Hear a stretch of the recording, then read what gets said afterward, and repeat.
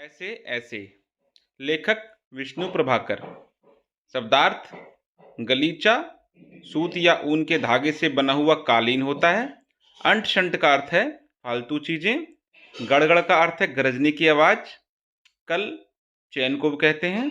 बला कष्ट को कहते हैं। भला चंगा स्वस्थ तंदुरुस्त या अच्छा खासा होता है। गुलजार का अर्थ होता है चहल पहल वाला। धमा चौकड़ी अर्थात उछल कूद कूद फांद या उधम। वात अर्थात शरीर में रहने वाली वायु से बढ़ने होने वाला रोग। रोग प्रकोप बीमारी का बढ़ना। बहुत अधिक या बड़ा हुआ कोप। तबीयत तो सबको पता ही है, शरीर या मन की स्थिति। बदहजमी अपच या अजीर्ण। रौनक का अर्थ होता है चहल पहल। पाठ का सार। ऐसे ऐसे एकांकी विष्णु प्रभाकर द्वारा रचित है। इस एकांकी में निम्नलिखित पात्र हैं। मोहन एक विद्यार्थी है।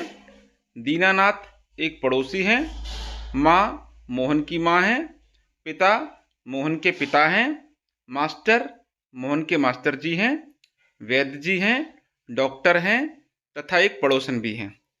एकांकी बच्चों हिंदी साहित्य की जो और विधा हैं, निबंध कहानी, इसी प्रकार से एकांकी भी हिंदी की एक विधा है। एकांकी का अर्थ होता है किसी भी विषय पर कोई छोटी सी कहानी जिसका अंत एक ही अंक में हो जाए, उसे बोलते हैं एकांकी। तो इस एकांकी का हम सार पढ़ लेते हैं, क्योंकि सार में लगभग पूरी कहानी आ जाएगी। तो आप ध्यान से सार को पढ़ें। मैं बोलता हूँ, आप ध्यान से सुनते रहें, इस पाठ को पढ़ें। तो हम शुरू करते हैं। तीसरी कक्षा में पढ़ने वाला 8-9 वर्ष का बच्चा मोहन कमरे में बेड पर लेटा बार बार पेट पकड़कर करा रहा है। बगल में बैठी उसकी माँ गर्म पानी का बोतल से मोहन का पेट सेंक रही है। वह मोहन के पिता से पूछती है कि उसने कुछ अंटशंट चीज तो नहीं खाई है। पिता तसल्ली देते हुए कहते हैं कि मोहन ने केवल केला और संतरा खाया है। दफ्तर से ठीक ही आया था, बस अड्डे पर अचानक बोला पेट में ऐसे ऐसे हो रहा है।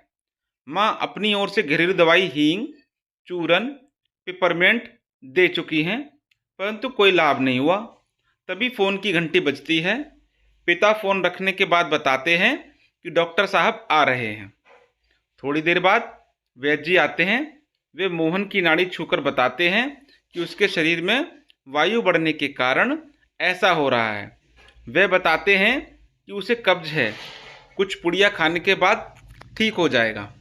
वैद्य जी के जाने के बाद डॉक्टर साहब आ जाते हैं। वे मोहन की जीभ को देखते हैं और बताते हैं कि उसे बदहजमी है। वे दवाई भेजने की बात करते हुए निकल जाते हैं। डॉक्टर साहब के जाने के बाद पड़ोसिन आती है। वे मोहन की माँ को नई नई बीमारियों के बारे में बताती है। उसी वक्त मोहन के मास्टर जी भी आ जाते हैं। वे मोहन का हाल पूछते हैं। मास्टर जी समझ जाते हैं कि मोहन ने गृह कार्य नहीं किया है, इसलिए वह बीमारी का बहाना कर रहा है। मास्टर जी सभी को बताते हैं कि मोहन ने महीने भर मस्ती की, जिसके कारण उसका स्कूल का कार्य पूरा नहीं हुआ, इसलिए उसने यह बीमारी का बहाना किया। मास्टर जी मोहन को 2 दिन का वक्त देते हैं और कार्य पूरा करने के लिए कहते हैं। माँ यह बात सुनकर हैरान रह जाती है। पिताजी के हाथ से दवा की शीशी टूट जाती है और सभी लोग हंस पड़ते हैं। और यहीं पर इस जो एकांकी है इसका समापन हो जाता है। तो बच्चों, यह एक छोटी सी कहानी है जिसमें मोहन ने पेट के दर्द का बहाना बनाया ताकि उसे स्कूल का जो गृह कार्य था वो अपने स्कूल में मास्टर जी को ना दिखाना पड़े। वह डर गया था। इस तरह के बहाने आप लोग भी लगाते हो, तो इस तरह का बहाना मोहन ने भी लगाया। तो चलिए अब हम इस पाठ के प्रश्न और उत्तर कर लेते हैं। प्रश्न अभ्यास। एकांकी से प्रश्न अभ्यास देख लेते हैं। पहला प्रश्न है, सड़क के किनारे एक सुंदर फ्लैट में बैठक का दृश्य है। उसका एक दरवाजा सड़क वाले बरामदे में खुलता है। उस पर एक फ़ोन रखा है। इस बैठक की पूरी तस्वीर बनाओ। बच्चों, इस आधार पर आप एक ड्राइंग बनाएंगे। तो यह जो प्रश्न है इसका उत्तर तो एक चित्र से है, आप चित्र बनाकर दिखाएंगे।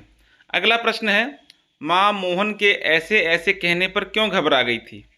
तो इसका उत्तर हम देंगे, मोहन के ऐसे ऐसे कहने पर क्यों घबरा रही थी, क्योंकि मोहन कुछ बताता ही नहीं था, बस ऐसे ऐसे किए जा रहा था। माँ ने सोचा पता नहीं है कौन सी बीमारी है और कितनी भयंकर है, इसलिए मोहन की माँ घबरा गई थी। माँ का घबराना स्वाभाविक था। अगला प्रश्न है बच्चों, ऐसे कौन से बहाने होते हैं जिन्हें मास्टर जी एक ही बार में सुनकर समझ जाते हैं? ऐसे कुछ बहानों के बारे में लिखो। परिवार के किसी सदस्य की बीमारी का बहाना, पेट दर्द, सिर दर्द, बुखार, माता पिता के साथ कहीं जाना, माता पिता द्वारा किसी काम के लिए कहीं जाना या शादी में जाना। अगला प्रश्न अनुसार और कल्पना के जो प्रश्न हैं उसमें पहला प्रश्न है, स्कूल के काम से बचने के लिए मोहन ने कई बार पेट में ऐसे ऐसे होने के बहाने बनाए। मान लो एक बार उसे सचमुच पेट में दर्द हो गया और उसकी बातों पर लोगों ने विश्वास नहीं किया, तब मोहन पर क्या बीती होगी?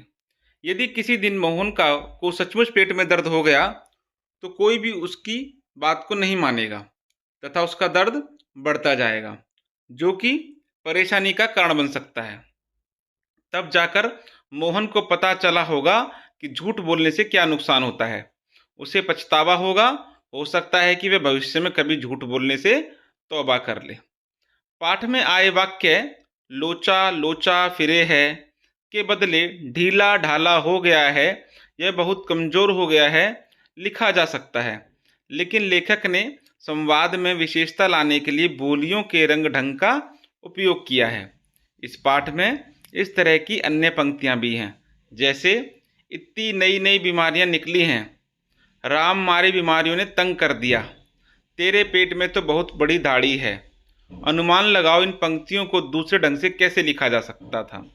तो इसके उत्तर में हम लिख सकते हैं बच्चों, इतनी नई नई बीमारियां निकली हैं, इन बीमारियों ने परेशान कर दिया है, तुम तो बहुत चालाक हो। मान लो कि तुम मोहन की तबीयत पूछने जाते हो, तुम अपने और मोहन के बीच की तबीयत को संवाद के रूप में लिखो। संवाद किसे वे कहते हैं बच्चों? जब 2 या 3 व्यक्तियों के बीच बात होती है तो उसे हम संवाद कहते हैं। तो इसके उत्तर में हम लिख सकते हैं यानी कि मैं यानी आप, इसमें अपने आप को रख सकते हो। तो हम जाएंगे मोहन की तबीयत पूछने, तो हम बात करेंगे, अरे मोहन कैसे हो, सुना है तुम्हारे पेट में गड़बड़ है। तो मोहन उत्तर देगा, कुछ नहीं भाई, बस पेट में ऐसे ऐसे हो रहा है। फिर मैं, ऐसे ऐसे कैसे? मोहन, बस ऐसे ऐसे। तो मैं मतलब मैं बोल रहा हूँ। डॉक्टर को दिखाया? मोहन, डॉक्टर को दिखाया है। मैं, क्या कहा उन्होंने? मोहन, बदहजमी बताई है। मैं, दवा खाओ और जल्दी ठीक होने की कोशिश करो। मैं, अब मैं चलता हूँ, कल स्कूल जाते समय आऊँगा। मोहन, अच्छा भाई, धन्यवाद। अगला प्रश्न है, संकट के समय के लिए कौन कौन से नंबर याद रखे जाने चाहिए? ऐसे वक्त में पुलिस, फायर ब्रिगेड और डॉक्टर से तुम कैसे बात करोगे? कक्षा में करके बताओ। वैसे तो बच्चों ये प्रश्न आपको कक्षा के अंदर अपने जो शिक्षक हैं उनके सामने करके दिखाना चाहिए, फिर भी इसका उत्तर मैं आपको थोड़ा सा बता देता हूँ जो लिखा हुआ है। संकट के समय पुलिस, फायर ब्रिगेड और हॉस्पिटल एवं चिकित्सक के नंबर याद रखे जाने चाहिए। पुलिस का नंबर 100, फायर ब्रिगेड का नंबर 101 और एम्बुलेंस का नंबर 102। यदि कोई वारदात होती है तो पुलिस को जानकारी देंगे, यदि आग लगती है तो फायर ब्रिगेड को जानकारी देंगे, यदि कोई बीमारी है तो एम्बुलेंस को फ़ोन करेंगे। वैसे आजकल एक नई फ़ोन सेवा शुरू हुई है जिसका नंबर है 112। इस पर तीनों की जानकारी के लिए फ़ोन किया जा सकता है। ऐसा होता तो क्या होता? अगला प्रश्न है, मास्टर जी स्कूल का काम तो पूरा कर लिया है? मोहन, हाँ, मैं सिर हिलाता है। मोहन जी, सब काम पूरा कर लिया है। इस स्थिति में नाटक का अंत क्या होता? लिखो। तो हम लिखेंगे उत्तर में, ऐसा होता तो मास्टर जी समझ जाते कि मोहन के पेट में सचमुच दर्द है। वे उसके माता पिता को मोहन का ठीक से इलाज कराने की सलाह देते। चलो बच्चों, ये भाषा की बात है, ये व्याकरण का पाठ है, इसे आप स्वयं करके देखेंगे। तो अब हम इस पाठ का सार और इस पाठ में आए हुए कठिन शब्द और प्रश्न उत्तर पूरे कर चुके हैं। हम मिलते हैं आपसे अगली वीडियो में अगले पाठ के साथ। तो देखते रहिए इन वीडियोस को और पढ़ाई करते रहिए। थैंक यू, धन्यवाद।